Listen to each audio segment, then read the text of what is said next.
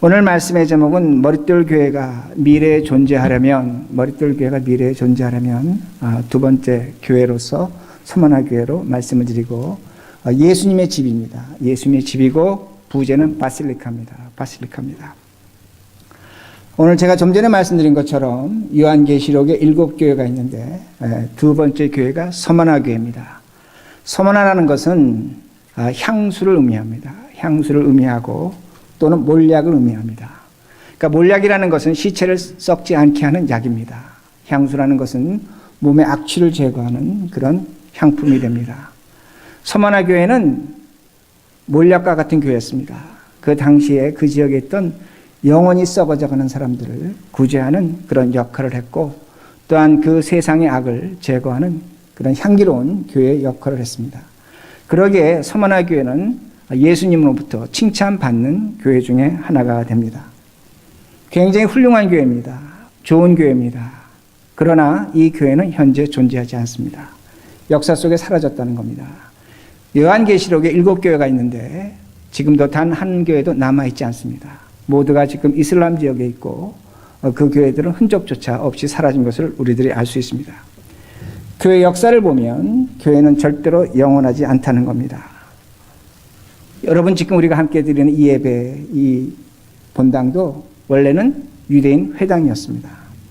이 지역에서 큰 회당 중에 하나였습니다.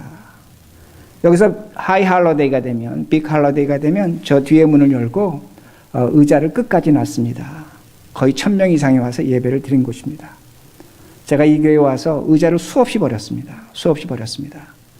그러나 이들도 30-40년이 지나면서 이 세월의 무게 또 흐름을 이겨내지 못하고 이 건물을 우리에게 팔고 다른 회당과 합친 것을 여러분이 알고 있습니다. 그러기에 제가 여러분에게 질문하고 싶은 건 뭐냐면, 우리 머릿돌교의 미래는 어떻게 될 것인가입니다. 우리 머릿돌교의 미래가 희망인가입니다. 절망인가입니다. 제가 좀 전에 말씀드린 것처럼 교회는 역사 속에 사라집니다. 그렇다면 교회가 없어진다면 우리가 무엇 때문에 교회에다 투자하고 헌금하고 이 건물을 유지해야 하는가, 그런 생각을 하게 됩니다. 교회가 왜 필요한가, 그런 생각을 하게 된다는 겁니다. 그런데 교회보다 더 중요한 것이, 이 머릿돌교회 건물보다 더 중요한 것이 우리 자신이라는 겁니다. 나라는 겁니다. 여러분이라는 겁니다. 여러분에게, 우리에게 예수 그리스도가 함께 하시면, 예수 그리스도가 우리와 함께 하시면 머릿돌교회는 교회가 된다는 겁니다. 오늘 많은 사람들이 착각하는 것이 뭐냐면, 교회가 있기에, 머릿돌 교회가 있기에 교인이 있다고 생각합니다. 아니라는 겁니다. 우리가 있기에, 여러분이 있기에 교회가 머릿돌 교회가 있는 겁니다. 그러기에 우리가 어떤 정신으로, 제가 첫날 설교드린 것처럼 어떤 그리스도의 정신으로 살고 있는가에 따라서 이 머릿돌 교회는 미래가 희망적일 수 있습니다. 그렇지 않으면 이 머릿돌 교회는 절망일 수밖에 없다는 겁니다. 우리가 있기에 머릿돌 교회가 존속하는 겁니다. 여러분이 있기에, 여러분이 지금 이 자리에 있기에, 여러분이 어떤 자세로, 어떤 태도로 앞으로 신앙생활 하는 것에 따라서 이 교회는 존속할 수 있고 존속하지 못할 수 있다는 겁니다. 그러게 8절 전반절에 이렇게 말씀합니다. 서머나 교회의 사자에게 편지하라. 처음이요 마지막이요.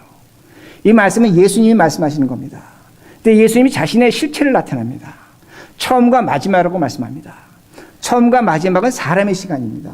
인간의 역사입니다. 인간의 역사는 처음과 마지막이 있습니다. 여러분 각자도 생로병사, 태어나서 늙어서 병들어 죽는 겁니다. 지금 성경은 뭘 가르쳐 주고 있냐면, 예수는, 서머나 교회에 말하는 예수는 사람이라는 겁니다. 그러게 처음과 마지막으로 얘기하는 겁니다. 사람인 예수가 말한다는 겁니다. 그러면서 그 다음에 뭐라고 말씀하냐면, 죽었다 살아나신 이가 이르시되, 그러나 그 예수는 죽었다 다시 사셨습니다. 사람은 죽었다 살지 못합니다. 오로지 예수님만 죽었다 사셨는데, 죽었다 살았다는 건 뭐냐면 시간이 바뀌었다는 겁니다. 인간의 시간이 아니라 영원한 시간이라는 겁니다. 하나님 시간이라는 겁니다. 이걸 지금 말씀하신 예수 그리스도의 정체성을 나타내는 겁니다. 제가 다시 설명합니다. 예수는 사람입니다. 저와 똑같습니다. 저와 같이 똑같이 화도 내셨고 식사도 하셨고 걸어다니셨고 기뻐하셨고 슬퍼하셨습니다. 예수는 사람이라는 겁니다. 그러기에 그는 죽었습니다. 십자가 분명히 죽었습니다. 사람으로 죽었습니다. 그러나 그 예수는 하나님이라는 겁니다. 그러기에 그는 부활했습니다. 그러기에 그는 하나님이라고 우리가 호칭하는 겁니다. 그래서 교회라는 게 뭔가, 우리가 아는 존재 가치가 뭔가, 뭐냐면 예수가 사람이고 하나님이라고 고백하는 것이 교회입니다. 다시 말씀드립니다. 교회는 전도하고 선교하고 구제하고 할 수도 있습니다. 그러나 그거는 비본질입니다. 우리가 교회에 나와서 신앙생활의 가장 본질적 이유는 뭐냐면 예수는 나와 같은 사람이고 예수는 하나님이라고 고백하는 것이 교회라는 겁니다. 이것이 그리스도의 정신이라는 겁니다. 여러분, 이 그리스도의 정신을, 이 교회의 가치를 이해하지 못하면 신앙생활이 굉장히 이상해집니다. 힘들어지고 어려워진다는 겁니다. 다시 말씀드립니다. 오늘 서머나 교회를 공부하시면서 여러분이 분명히 머리에 기억하셔야 될 것은 뭐냐면 예수는 나와 똑같은 사람이고 예수는 하나님이라고 기억하셔야 됩니다. 제가 이렇게 예를 듭니다. 캐톨릭 교회 가면 바실리카가 있습니다. 바실리카는 로마의 건축 양식입니다. 그러나 캐톨릭 교회에서는 바실리카를 예수의 집이라고 합니다. 예수의 집이라고 합니다. 어느 신부가 그 이탈리아의 토니노 벨로라는 추기경이 자신의 그 교구 안에 있는 어떤 성당 하나가 바실리카가 된 겁니다. 하나님의 집이 된 겁니다. 성당도 다 똑같은 성당이 아니라 하나님의 집이 되는 바실리카가 되는 것이 있습니다. 그러니까 그곳에 가서 축성하러 간 겁니다. 축사하러 간 겁니다. 그런데 캐톨릭에서는 큰 바실리카가 있습니다. 교황이 있는 곳은 큰 바실리카, 대바실리카입니다. 그리고 교황이 있지 않은 곳은 작은 바실리카, 소바실리카라고 그렇게 부릅니다. 축성하고 난 다음에 그 교회 젊은 청년이 손을 두고 이렇게 질문합니다. 바실리카는 예수님의 집인데 어떻게 교황이 있는 곳은 큰 바실리카가 되고 교황이 없다고 해서 우리 성당은 왜 작은 바실리카가 됩니까? 그렇게 질문하는 겁니다. 질문의 내용은 뭐냐면 예수님의 집이면 집이지 어떻게 예수님의 집이 큰 집이 있고 작은 집이 있습니까? 말이 되지 않습니까? 이렇게 지금 추기경에게 질문하는 겁니다. 추기경이 그 말을 듣고 나니까 평생을 그는 어떻게 살았냐면 교황이 있는 곳은 대바실리카, 조그만 성당은 소바실리카, 예수의 집 그렇게 생각했던 겁니다. 그러니까 대답을 못하고 있었습니다. 근데 그 옆에 있던 보좌 신부가 이렇게 재치 있게 대답을 합니다. 뭐라고 대답을 하냐면 지금 우리 눈앞에 벽돌로 지은 성당이 있는데 저 건물은 소바실리카입니다. 작은 바실리카입니다. 작은 예수님의 집입니다. 그러나 여기에 있는 모든 사람들, 당신이나 나나 할머니나 아이나 여기 있는 모든 사람들은 하나님이 지으신 대바실리카입니다. 그렇게 얘기합니다. 여러분, 이 말이 맞습니다. 바울은 뭐라고 얘기하냐면 우리가 그리스도의 몸, 그리스도의 성전이라고 그렇게 가르쳤습니다. 예수님의 집 대바실리카라는 겁니다. 오늘 우리가 누구냐? 내가 누구냐? 여러분이 누구냐? 예수님의 집입니다. 우리 안에 예수가 그리스도가 거하시는 집이라는 겁니다. 그야말로 하나님이 지으신 몸이라는 겁니다. 대바실리카라는 겁니다. 그러기에 여러분이 모여서 우리들이 모여서 머릿돌 교회가 되는 겁니다. 소바실리카가 되는 겁니다. 작은 바실리카가 되는 겁니다. 머릿돌 교회는 큰 바실리카가 아닙니다. 큰 집이 아닙니다. 예수님이 있는 작은 집이라는 겁니다. 가장 중요한 것은 누구냐? 우리 자신이라는 말씀이 됩니다. 그러므로 여러분의 옆 사람이 예수님의 집입니다. 내 아내가, 내 남편이, 같은 교인이 예수님의 집이라는 겁니다. 이걸 우리가 기억하셔야 됩니다. 그러면 그들을 우리가 어떻게 대할 수 있는가? 사랑으로 대할 수밖에 이해할 수밖에 없다는 겁니다. 왜? 예수님이 그 안에 있기 때문이라는 말씀이 됩니다. 이것이 모여서 교회가 된다는 말씀이 됩니다. 그런데 오늘 본문에 보시면 이 서머나 교회는 예수님을 모신 교회지만 환난을 당합니다. 당시에 황제 도미티안이 뭐라고 얘기했냐면 나는 살아있는 신이다. 나를 신으로 섬겨라. 그렇지 않으면 죽이겠다는 겁니다. 그러니까 서머나 교회 교인들이 핍박을 당합니다. 박해를 당합니다. 재산을 빼앗깁니다. 가난해집니다.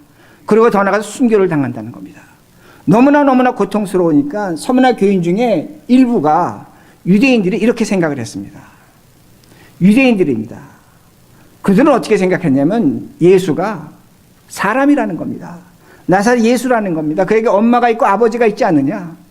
나사렛 예수인데 그가 세례를 받을 때, 세례 요한에게 세례를 받을 때 성령이 임하셨다. 성령이 강하게 임하셨기 때문에 그 예수가 기적과 능력을 행했다는 겁니다.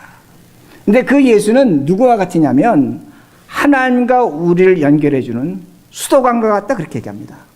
여러분, 고대 시대에는 수도관이 땅에 묻지 않은 것이 아니라 아쿠닥트라 그래서 이렇게 세워서 연결을 시켰습니다. 여러분, 조지 워싱턴 건너가자마자 그 흔적을 보실 수 있습니다. 큰 수도관이 있습니다. 뭐냐면 예수님은 사람으로서 하나님과 우리를 연결시켜주는 역할을 했다는 겁니다. 그러면서 뭐라고 얘기했냐면 모세가 하나님과 우리를 율법으로 연결시켜준 것처럼 예수가 우리와 하나님을 연결시켜줬다는 겁니다. 이걸 에비온파라고 합니다. 에비온파라고 하는데, 그러므로 예수는 사람이기 때문에 우리가 모세의 율법을 지켜야 된다는 겁니다. 예수를 믿는 것처럼 모세의 율법을 지켜야 된다, 그렇게 말합니다. 그러면서 더 나아가서 뭐라고 얘기하냐면 예수가 하나님이라고 한 바울은 이단자라는 겁니다. 그러니까 결론은 뭐냐? 예수는 사람이 아니라는 겁니다. 예수는 하나님이 아니라는 겁니다. 예수는 순수한 인간이라는 겁니다. 이 대답이 당시 유대인들에게 퍼졌습니다. 이 얘기가. 그러면 이거를 갖고 이들이 당시에 핍박당하는, 도미티안한테 핍박당할 때 뭐라고 얘기합니까? 나는 예수를 하나님이 아니라고 생각합니다. 그럼 순교를 당합니까? 안 당합니까? 순교 안 당합니다. 왜? 도미티안은 유대교는 핍박하지 않았습니다. 유대교는 로마의 공인종교입니다. 핍박할 수가 없습니다. 그러나 예수 믿는 사람만 잡아 죽이는 겁니다. 근데 예수를 믿는다고 하는데 뭐라고 얘기하냐면 예수는 사람입니다. 신이 아닙니다. 그러니까 그들은 죽일 수 없는 겁니다. 그런 사람들이 서마나 교회에 있었다는 겁니다. 그러게 9절 후반절에 이렇게 말씀이 나옵니다. 자칭 유대인이라 하는 자들의 비방도 알거니와 실상은 유대인이 아니요 사탄의 회당이라. 여러분, 아주 놀라운 말씀이 나옵니다. 서머나 교회 교인들입니다. 그런데 그들이 뭐라고 했냐면 예수는 사람이라고 했는데 예수님은 뭐라고 지금 말씀하시냐면 그들이 유대인인 것 같지만 사탄의 회당이라는 겁니다. 사탄의 무리들이라고 그렇게 말씀합니다. 이것을 지금 여러분이 들으셔야 합니다. 교회를 무너뜨리는 것이 세상이 아니라는 겁니다. 교회를 무너뜨리는 것이 누구냐? 교회 안에 있는 신자라는 겁니다. 여러분, 우리는 어떻게 생각하냐면 로마가 교회를 핍박했기 때문에 교회가 어려워졌다. 오해적으로는 그렇습니다. 그러나 로마가 교회를 핍박할 때 교회들은 가장 강렬한 신앙을 가졌습니다. 가장 열정적이었습니다. 그러기에 그들은 땅 속에 들어가 신앙생활을 했습니다. 카타콤이라는 것이 있습니다. 땅 속에 들어가 신앙생활을 했다는 겁니다. 그 정도로 열정적이었습니다. 여러분, 로마가 교회에게 자유를 줍니다. 예수 믿어도 좋다. 문제는 뭐냐? 교회는 그때부터 타락합니다. 로마가 멸망하고 교회가 세상의 중심이 될 때 교회는 극도로 타락합니다. 극도로 타락합니다. 여러분, 착각하지 마셔야 됩니다. 오늘 교회를 어렵게 하는 것 세상이다? 아닙니다. 오늘날 어떤 목회자나 어떤 사람들은 뭐라고 하냐면 오늘도 세상이 우리 교회를 핍박한다. 교회를 어렵게 한다. 절대로 그렇지 않습니다. 교회 역사를 공부해보면 교회는 교회가 망하게 합니다. 목사들이 망하게 합니다. 신자들이 망하게 합니다. 유대인이지만 유대인 회당인 것 같지만 그들이 사탄의 회당이라고 예수님 말씀하시는 겁니다. 세상은 우리를 어렵게 해도 절대로 망하게 하지 못합니다. 교회가 넘어지는 가장 큰 이유는 누구에 넘어지냐?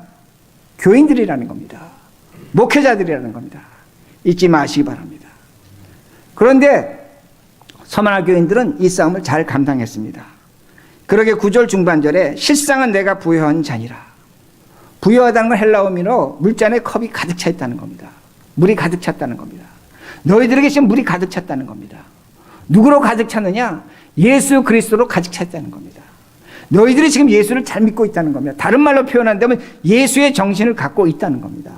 그러게 너희들이 이 싸움을 이겼다는 겁니다.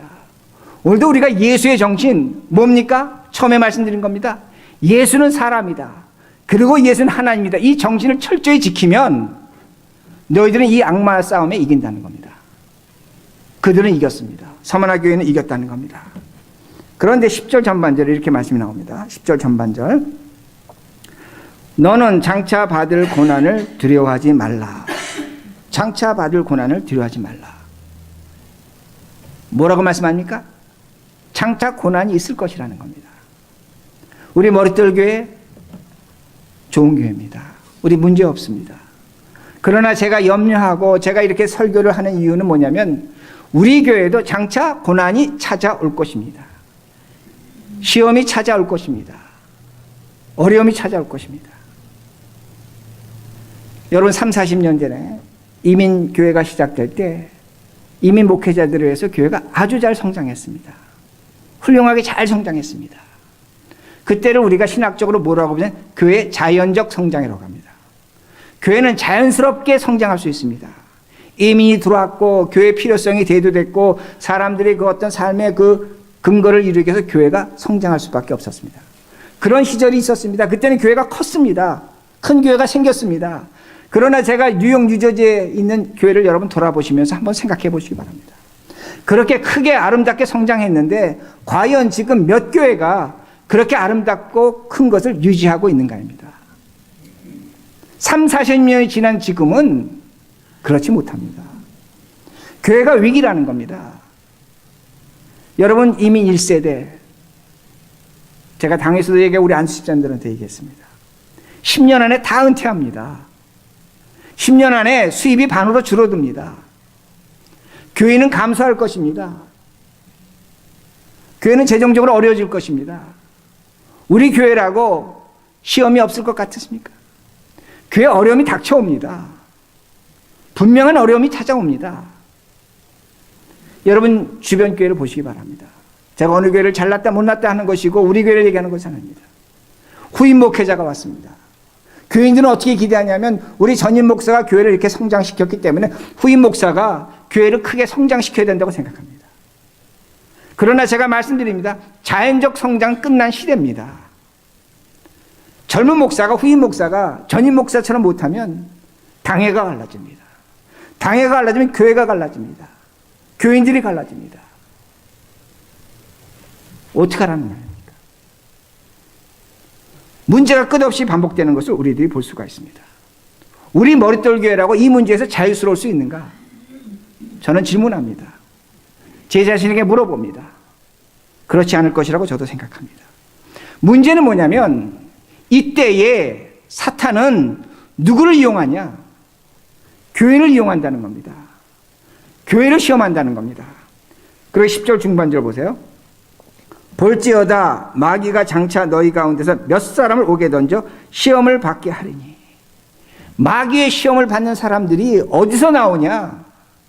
로마에 의해서 교회가 핍박당하는 것이 아니라 유대인들에 의해서 교회가 넘어지는 것이 아니라 너희 안에서 마귀의 시험 받는 자들이 나온다고 그렇게 얘기합니다.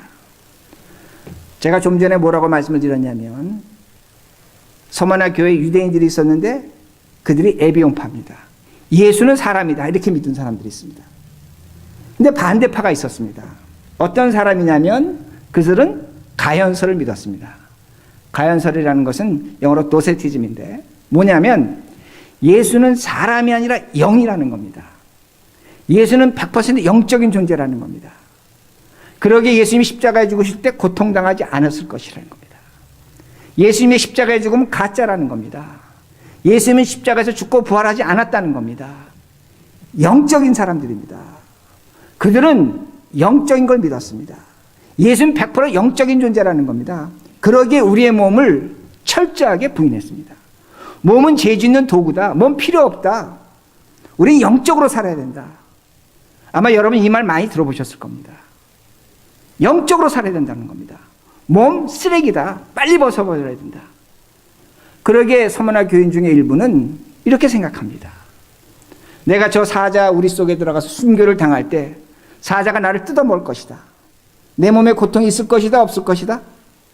어떻게 생각했겠습니까? 영적이 되면 고통이 없을 거라는 겁니다. 여러분 간증집 잘 읽으셔야 됩니다. 순교자들의 이야기 잘 읽으셔야 됩니다.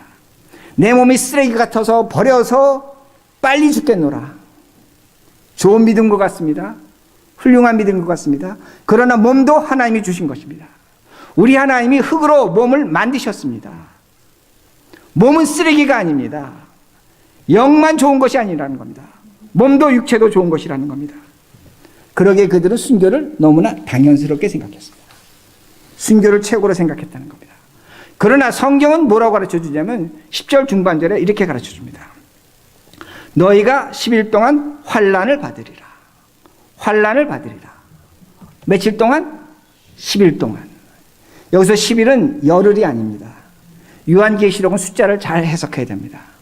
우리에게는 7자가 오고 10자가 오고 12이 옵니다. 그러니까 7이 오고 12이 오고 12이 찾아온다는 겁니다. 여기서 10은 열흘은 우리 생각하는 열흘은 아닙니다. 요한계시록 잘 보시면 숫자의 패턴이 나오는데 7, 열, 12입니다. 여러분 성경에서 7은 7은 완성의 숫자입니다. 하나님이 7일 만에 세상을 창조하셨습니다. 그렇죠? 여러분 문둥 환자 나만 장군이 요단강에 몇 번? 7번 들어갔다 나왔습니다. 치유가 완성된 겁니다. 깨끗하게 된 겁니다. 여러분 예수님께서 우리에게 몇 번 용서하라고 하십니까? 7번씩 70번이라는 겁니다. 그러니까 용서를 완성하라는 겁니다. 7은 완성의 숫자의 의미가 있습니다. 우리는 어떻게 됐냐면 예수 그리스도로 말미암아 완성된 존재입니다. 완성된 존재인데 완성된 것으로 끝나지 않습니다. 우리는 10을 가야 됩니다. 열을 가야 됩니다. 여러분 열이라는 것은 성경에서 완전한 숫자입니다. 하나, 둘, 셋, 넷, 다섯, 여섯, 일곱, 여덟, 아홉, 열 하죠. 그 다음에 뭐가 반복됩니까? 11 하기 때문에 열은 완전한 숫자입니다. 그런데 열은 완전하지만 잠정적인 숫자입니다. 이게 어떤 의미가 되냐면 하나님이 우리에게 십계명을 주셨습니다. 십계명 우리가 완전한 계명이지만 죽으면 계명을 지킬 이유가 없습니다. 한정적이라는 겁니다. 시간적으로 한정적입니다. 하나님께서 이스라엘 백성을 출애굽시킬 때 10가지 재앙을 베푸셨습니다. 10가지 재앙으로 출애굽시키지만 그 출애굽이 된 다음에 10가지 재앙은 끝난다는 겁니다. 완전하지만 잠정적이라는 겁니다. 그러니까 지금 열흘 동안 핍박받으리라 환난을 받으리라 뭐냐면 너희들이 고난은 당한다는 겁니다. 그러나 영원하지 않다는 겁니다. 견디라는 겁니다. 인내하라는 겁니다. 제가 첫날 설교드렸지만 요한계시록 잘 해석해야 되는데 자칫 잘못하면 요한계시록 순교로 해석합니다. 죽는 것이 최고로 생각합니다. 아닙니다. 요한계시록은 죽는 것이 아니라 10이 중요합니다. 왜냐하면 12가 기다리고 있기 때문입니다. 견디는 겁니다. 인내하는 겁니다. 참는 겁니다. 기다리는 것이라는 말씀이 됩니다. 그런데 이 환난 때 사탄이 누굴 이용하냐면 교인들을 이용하는 겁니다.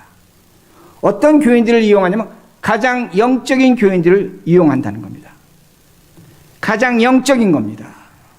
가장 영적인 사람들이 뭐라고 얘기하냐면 나는 이 교회를 사랑한다 말합니다.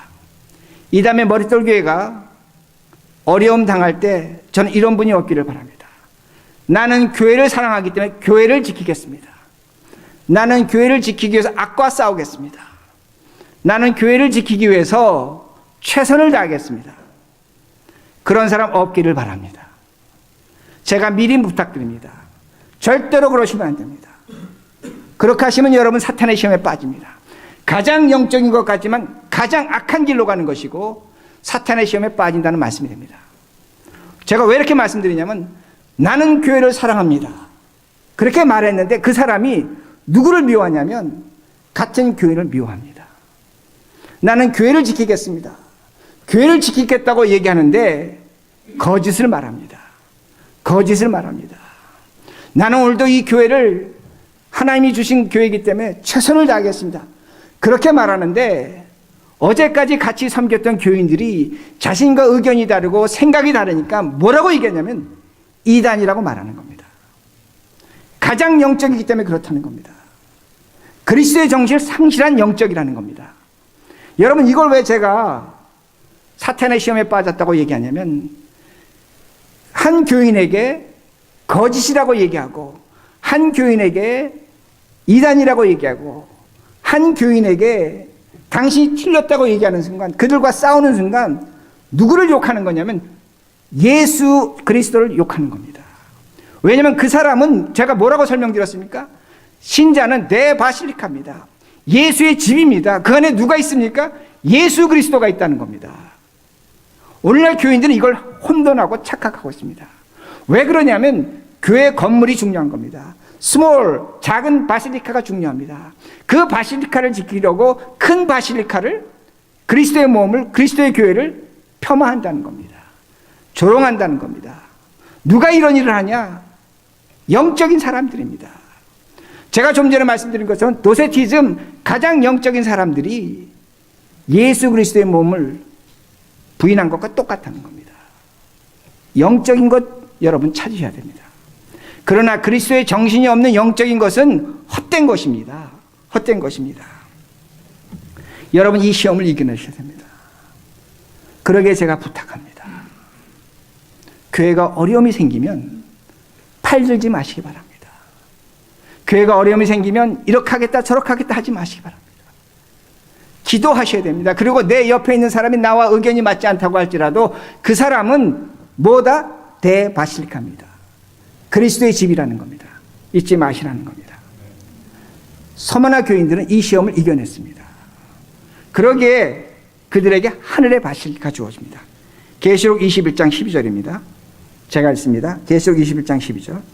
크고 높은 성곽이 있고 12문이 있는데 문에 12천사가 있고 그 문들 위에 이름을 썼으니 이스라엘 자손 12지파의 이름이들이라 볼지어다. 지금 제가 계속 숫자를 몇을 얘기했습니까? 12입니다.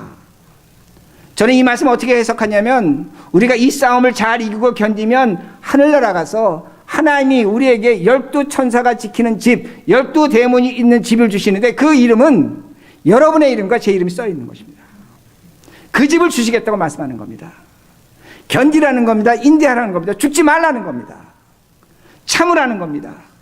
참고 견디고 사람에게 손가락질하지 않으면 그 시험을 사탄의 유혹을 이겨내면 너에게 뭐가 주어진다? 하늘의 집 진짜 대바실리카가 주어진다고 그렇게 말씀합니다. 12대문입니다. 12천사입니다. 12지파입니다. 12자리까지 가야 되는 겁니다. 오늘날 신자들은 뭐냐면 7에서 나왔습니다. 열을 견디지 못합니다. 그러니까 12자리 가지 못하는 겁니다. 12, 12는 성경에서 가장 거룩한 숫자입니다. 예수님이 14만 4천과 함께 하십니다. 12지파 12제자를 곱한 숫자입니다. 그 숫자에 우리들이 들어가야 된다는 말씀이 됩니다. 그리고 10절 마지막 절. 내가 죽도록 충성하라. 그리하면 내가 생명의 관을 내게 주리라. 내가 죽도록 충성하라는 겁니다. 하나님께 충성하라는 겁니다. 여러분 하나님이 눈에 보입니까? 안 보입니까? 눈에 보이지 않습니다. 눈에 보이진 하나님께 어떻게 여러분 충성하시겠습니까? 성경은 방법을 가르쳐줍니다. 눈에 보이는 사람을 사랑하라는 겁니다. 눈에 보이는 사람을 이해해 주라는 겁니다. 받아주라는 겁니다. 견디라는 겁니다. 그것이 하나님의 충성이라고 분명히 가르쳐줍니다. 이것으로 생명의 멀리관을 받는 겁니다. 오늘날 우리가 말씀을 잘못 해석하면 어떻게 해석하냐면 내가 예수님께 죽도록 충성한다. 그러게 사람을 쓰레기 취급합니다.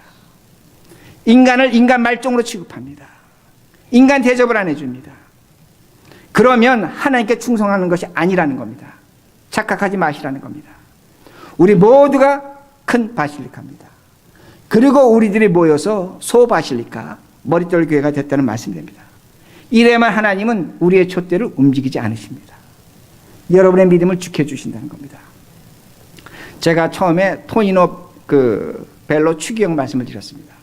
그날 그가 그 성당을 축사하고 저녁 때 집으로 돌아오는데 그가 알고 있는 사람이 길에 누워 있습니다. 주세페라는 사람입니다. 30년 동안 평생을 알코올 중독으로 살았습니다.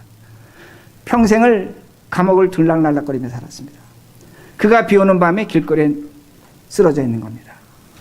처음으로 이 추기경이 그를 예수님의 집으로 받아들입니다. 주세페라는 술주정뱅이가 아니라 주세페라는 그 감옥에 간 사람이 아니라 예수의 집이라는 겁니다. 그를 자신의 숙소로 데려옵니다. 그런데 그가 그 다음날 죽습니다. 그 주경이 그 주세ppe 얼굴에서 이걸 봅니다. 하나님이 천사보다 못하게 지은 사람의 얼굴을 보는 겁니다. 천사의 얼굴을 보는 겁니다. 제가 말씀을 마칩니다. 우리 머릿돌기의 미래를 여러분 정말로 원하십니까? 정말로 원하십니까? 여러분 원하신다면 아멘 하셔야 됩니다. 정말로 원하신다면 제가 부탁합니다. 여러분 옆에 있는 사람이, 여러분의 남편이, 여러분의 아내가, 우리 자식이, 우리 교인들이 하나님의 집 예수 그리스도의 집입니다. 대바실리카입니다. 그 바실리카를 향해서 여러분 존경하셔야 됩니다.